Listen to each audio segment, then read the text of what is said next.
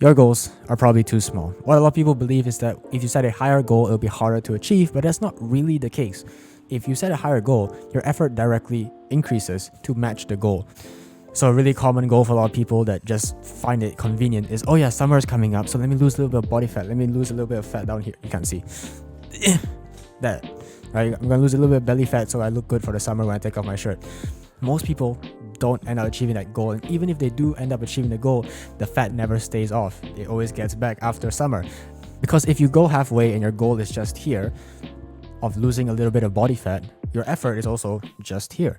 But if you raise the goal to, I want to be the best version of myself, I'm going to become the fittest, most athletic version of myself, I'm going to be so healthy, this is going to be the best I've ever looked in my life, so confident, it's going to be a completely life-changing thing, I'm going to get respect from men, I'm going to get attraction from women. If your goal is all the way up here now, you suddenly feel like, oh, I'm going to push out the extra rep, you're going to go the extra mile, you're going to take care of your diet a bit more because you've decided to go all the way. You wouldn't burst out of bed at 6 a.m. in the morning to go for a run before school just to lose a little bit of body fat, but you would if the end result was the 10 out of 10 perfect body. Like when I told you the first goal versus the second goal, you felt more drive for the second goal already, because when you have a higher goal, your effort simply rises to match it. And if you watch my videos, then you want the bigger rewards in life, right? You want the higher goal. If you could choose between having just a little bit of body fat taken off or the 10 out of 10 perfect physique, you just go for this one, because either way, your effort is going to rise and the time's going to pass anyway, right?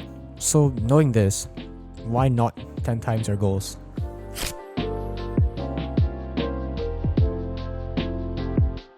Making you 10 times your goals will also make you realize if you even want the thing. Like, think about your goals.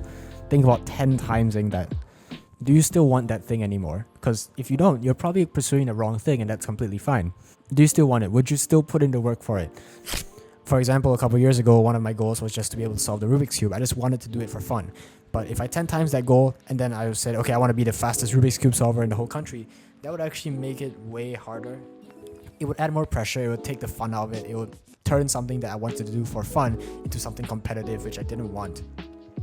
And so for some goals, that's fine. But what is that one goal that you would be okay going all the way for? If you 10 times it and you want it even more, good. That's the goal that you should 10 times and make your priority. You have to go in with the mindset of all or nothing. Like, you know that fucking video that keeps popping on everyone's recommended page, like, this is your sign to go all in. Shut the fuck up, bro. There's this quote that, like, teach an unambitious person how to make $1,000 an hour, and he'll think, sweet, I can just work 1 or 2 hours a week.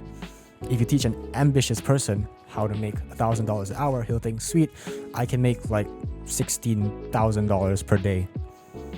This is the mindset of most successful people. They don't want to just meet the requirement. They don't want to just go halfway. They want to go all the way. It's all or nothing for them.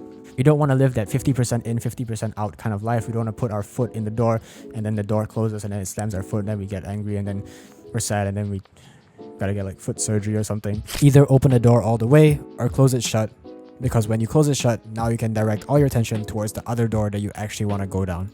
And this is also why a lot of successful people have that one story where they hit rock bottom, they have $0 in their bank account, they're stuck in Africa surrounded by lions, and they have like 7 billion children to take care of, and their rent is due tomorrow. The reason that most of them have that rock bottom story is because when they're there, they have no choice but to commit 100%. They have nothing left to lose, so you may as well go all out just this once. And because most of us will never experience that, we at most commit 99%. And 99 and 100% seems very similar, but it's completely different. Why? Because if you are 99% committed to a diet, when there are donuts in front of you and you want to eat the donuts, there's still 1% of your brain that thinks, oh, this might be that 1% time where I can eat the donuts. And that's going to be every time. Every time you're going to be like, oh, this might be that 1% time. There's still a mental tug of war in your brain between eat the donuts, don't eat the donuts. You still have to make a decision. You still have to make a choice. Whilst if you are 100% committed to your diet, if you've gotten a real health scare, if you've actually like gotten diabetes, there is no tug of war. There's no thinking. There's no decision to be made. You simply think, nah, not for me.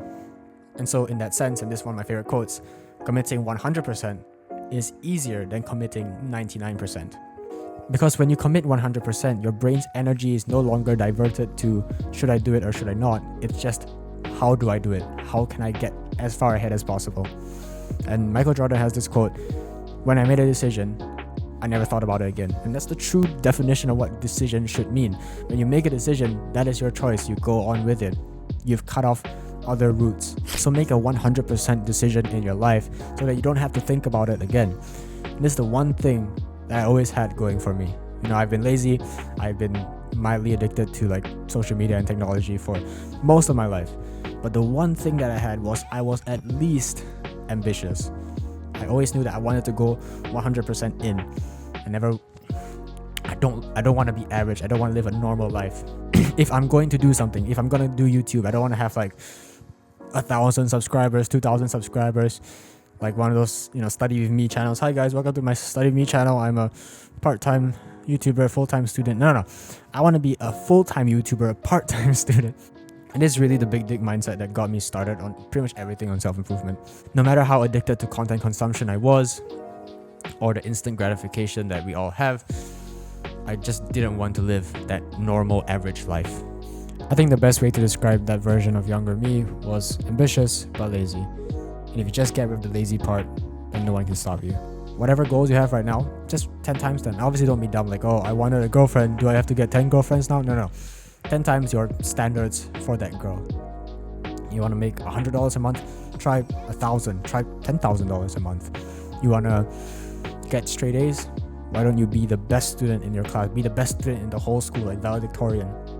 Simply be more ambitious. That's what I'm trying to say. Because goals, at the end of the day, goals are just a direction to put our life into. But if we have a bigger reward at the end of the race, we will simply run harder. If the reward at the end of the race is losing a little bit of body fat, we're going to go on a slow jog. If the reward at the end of the race is the 10 out of 10 perfect physique that will change our lives, we're going to run a lot harder. And of course, the second race will be harder than the first race because the goal is further. The race is probably longer. It has some spiky stuff on the floor. You have to go to the fucking jungle. You have to camp on the side of the race. Okay, this analogy is getting out of hand. But basically, the second race is going to be a harder race than the first one, right? The first race is a 10-kilometer run. The second one's a 100-kilometer run. But isn't that the point? Like, if you know you can run this race, then the race isn't actually pushing you. This goal that you've set isn't actually pushing you. Don't bullshit yourself. I did this as well when I started setting goals. Look at your goals. You know you can probably achieve them. It's like whatever we think is possible, we just put our goal somewhere around here. So if you think, $100 a month is possible, we aim for like 80 to 90 or $100 a month. That's all we do. But if we 10 times it, suddenly we think, oh, that's not possible anymore. But that's the point. It needs to be out of your reach in order to push you.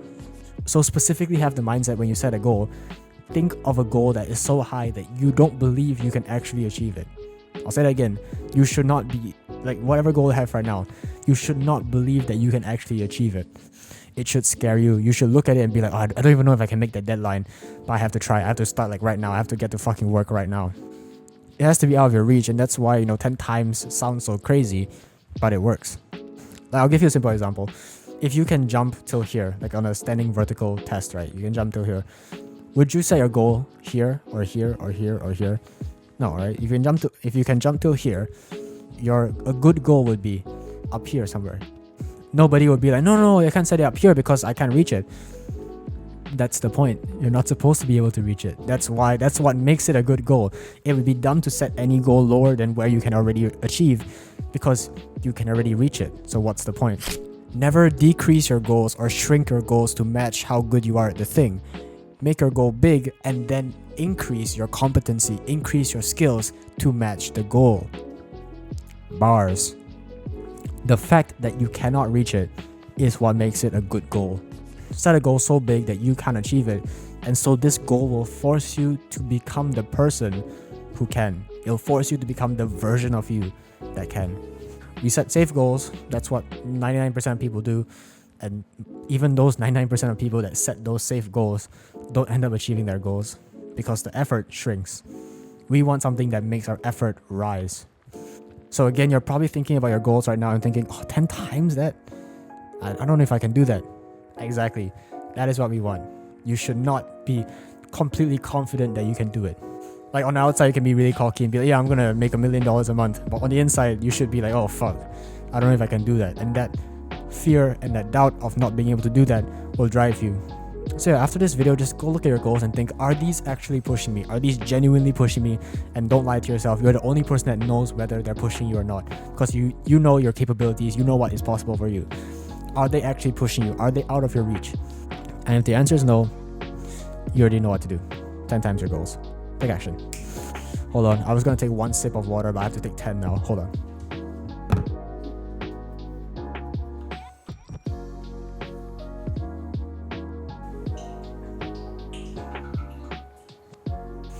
You know, like most mediocre, you know, like normal YouTubers will say, oh yeah, first year of YouTube, I want to get 1,000 subscribers. Then some ambitious people are like, oh, I want to get 10,000. And that was me, right? 10,000 subscribers. And then I thought, okay, I want 10 times it, so 100,000. But honestly, looking back, if I set it to 1 million, and again, I don't know if I can achieve that, because that's the point of these big goals, that you don't even know if you can achieve it. I don't know if I could have achieved 1 million subscribers in my first year, and we'll never know. I can't fucking reverse the clocks or anything. But man, I feel like I would get kind of close. Because again, the effort would have rose, and then I would just make more videos. So I don't know. Interesting thing to think about. You know what else is interesting? This kiss. Mwah!